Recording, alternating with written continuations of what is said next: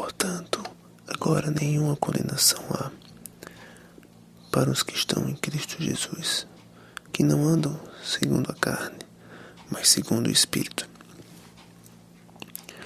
Porque a lei do Espírito de vida em Cristo Jesus me livrou da lei do pecado e da morte.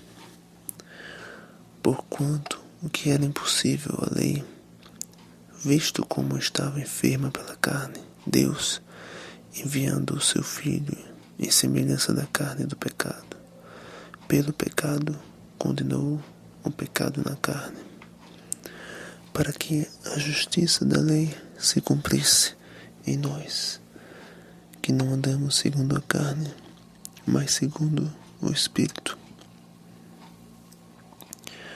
Porque os que são segundo a carne inclinam-se para as coisas da carne, mas os que são segundo o Espírito, para as coisas do Espírito.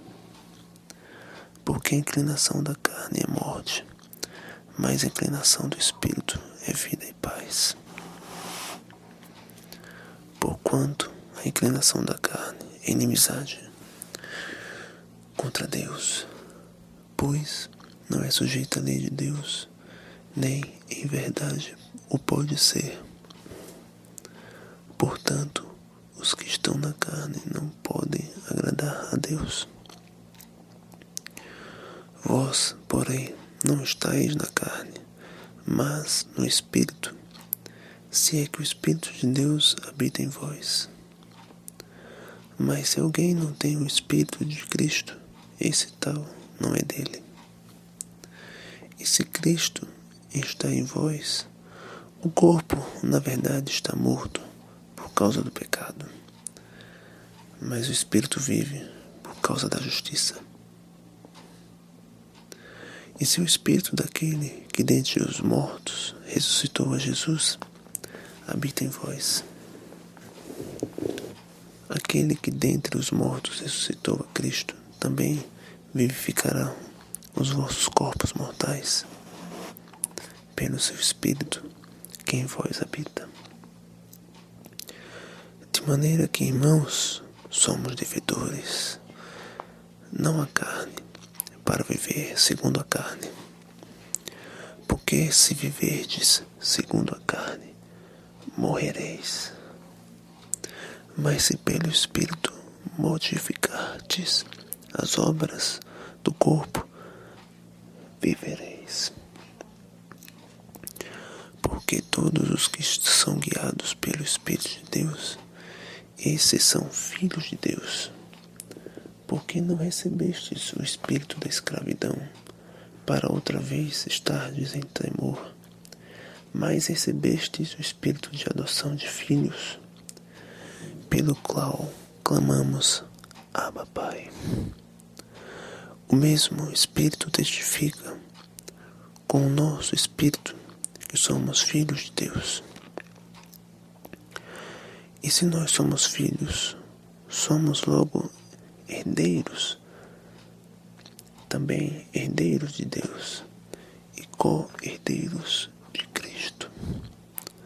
Se é certo que com Ele padecemos, para que também com Ele sejamos glorificados. Porque para mim tenho por certo que as aflições deste tempo presente não são para comparar com a glória que em nós há de ser revelada. Porque a ardente expectação da criatura espera a manifestação dos filhos de Deus. Porque a criação ficou sujeita à vaidade, não por sua vontade, mas por causa do que a sujeitou, na esperança de que também a mesma criatura será libertada da servidão, da corrupção, para a liberdade da glória dos filhos de Deus. Porque sabemos que toda a criação geme e está juntamente com dores de parto até agora. Não só ela, mas nós mesmos, que temos as primícias do Espírito, também gememos em nós mesmos, esperando a adoção, a saber, a redenção do nosso corpo. Porque em esperança fomos salvos. Ora, a esperança que se vê não é esperança, porque o que alguém vê, como esperará? Mas se esperamos o que não vemos, com paciência o esperamos. E da mesma maneira, também o Espírito ajuda as nossas fraquezas, porque não sabemos o que havemos de pedir como convém.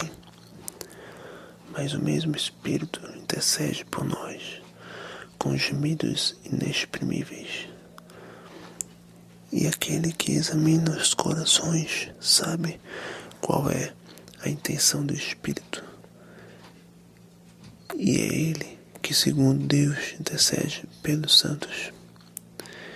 E sabemos que todas as coisas contribuem juntamente para o bem daqueles que amam a Deus, daqueles que são chamados segundo o seu propósito. Porque os que dantes conheceu também, os predestinou para serem conformes à imagem de seu Filho, a fim de que ele seja primogênito entre muitos irmãos. E aos que predestinou, a estes também chamou. E aos que chamou, a estes também justificou. E aos que justificou, a estes também glorificou. Que diremos, pois, a estas coisas? Se Deus é por nós, quem será contra nós? Aquele que nem mesmo a seu próprio Filho poupou, antes o entregou por todos nós, como nos não dará também com ele todas as coisas? Quem tentará acusação contra os escolhidos de Deus? É Deus quem justifica. Quem é que condena? Pois é Cristo quem morreu, ou antes, quem ressuscitou dentre os mortos, qual está à direita de Deus, e também intercede por nós. Quem nos separará do amor de Cristo? A tribulação, ou a angústia, ou a perseguição, ou a fome, ou a nudez, ou o perigo, ou a espada. Como está escrito, por amor de ti, somos entregues à morte todo dia. Somos reputados como ovelhas para o matadouro. Mas em todas as coisas somos mais do que vencedores por aquele que nos amou. Porque estou bem certo que nem a morte, nem a vida, nem os anjos, nem os principados, nem as potestades, nem o presente, nem o porvir, nem a altura, nem a profundidade, nem alguma outra criatura nos poderá separar do amor de Deus que está em Cristo Jesus, nosso Senhor. Bom, pessoal, essa foi a leitura do capítulo 8 da Epístola de Paulo aos Romanos. Espero que vocês tenham gostado e, por favor, comentem e façam-me saber o que estão a pensar agora sobre este canal, sobre esses vídeos que vocês estão vendo no YouTube.